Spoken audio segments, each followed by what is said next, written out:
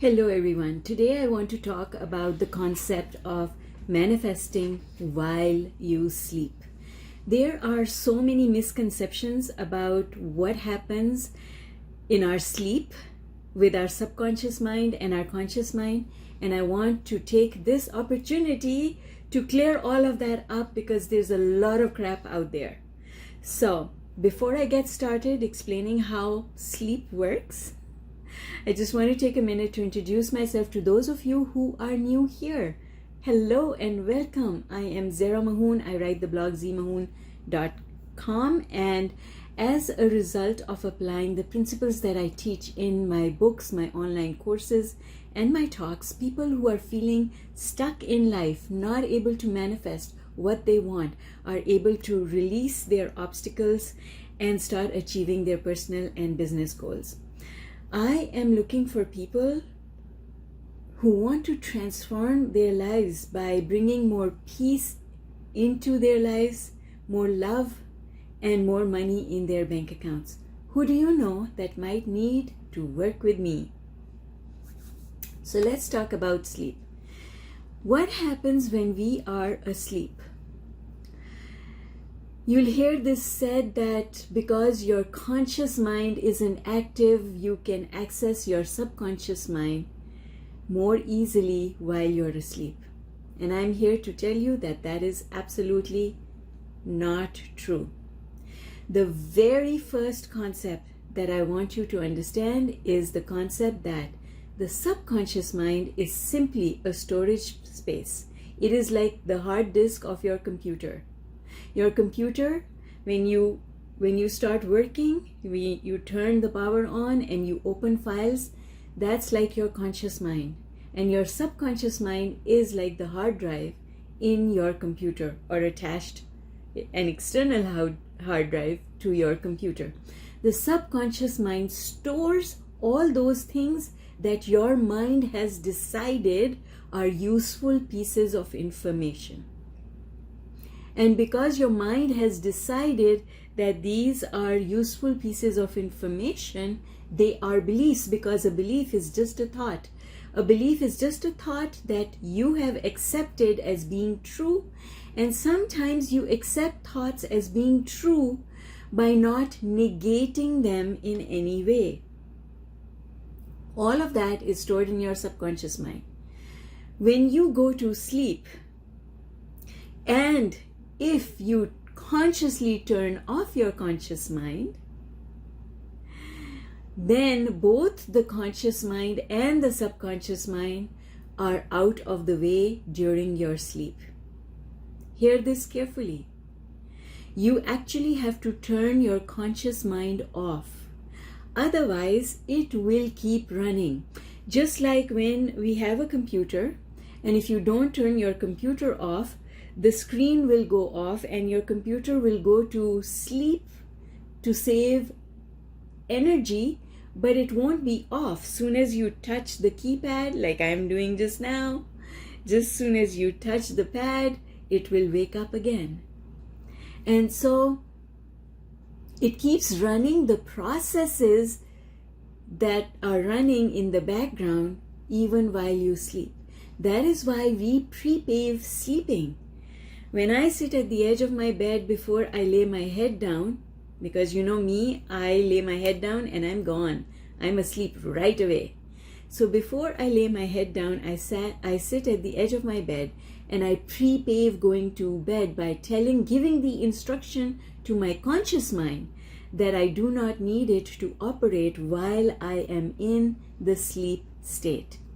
So the very first and very important thing is to turn your conscious mind off, which also turns your subconscious mind off, because when the computer is switched off, all the way shut down, then the hard disk is not working and the computer is not working. Both the RAM and the ROM are asleep.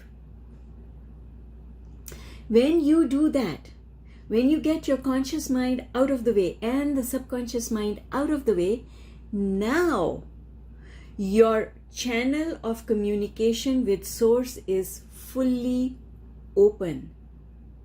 and you start receiving thoughts that you were resistant to receiving while you were awake. And this is how Tesla used to come up with all his inventions. This is how Einstein used to come up with all his brilliant ideas. Because when you get the conscious mind out of the way and you get your beliefs out of the way, now anything is possible. Now all possibilities are open. Now you can think beyond the restrictions of your current reality. And when you are able to do that, then Source can provide you with ideas, solutions to problems that you were thinking about in your awake state. But you could not have received these answers in your awake state, because in your awake state, you are constantly accessing the subconscious mind where all your beliefs about the subject of living life are stored. And those beliefs form the walls within which you live your life. You cannot live your life outside of the framework of your beliefs. And that is the important thing to understand. So in your sleep state, all the resistance, Abraham uses the word resistance, all the resistance that you were holding on to is out of the way when you go to sleep, provided you have actually switched off your conscious as well as your subconscious mind. And so these geniuses who knew these principles, who knew how energy worked without really having an understanding of the law of attraction, they did just that. And the truth is, you don't have to sleep in order to get into that state. Meditation will put you into that state. You can also develop a ritual like I have. All people who channel have a switch that they pull and they start channeling, just like Esther Hicks. And when you are doing that, when you channel, when I channel, my conscious mind becomes the observer of the material that is flowing through me. So even though I am observing the material that is flowing through me, I'm not thinking it. I'm just flowing it. I'm just finding the ways and the words to express it, but I'm not sitting there thinking it. Because your thinking is where you activate your subconscious mind, because the thinking process requires access to information that is stored in the subconscious mind. And nothing can get stored in your subconscious mind without your conscious mind first approving it.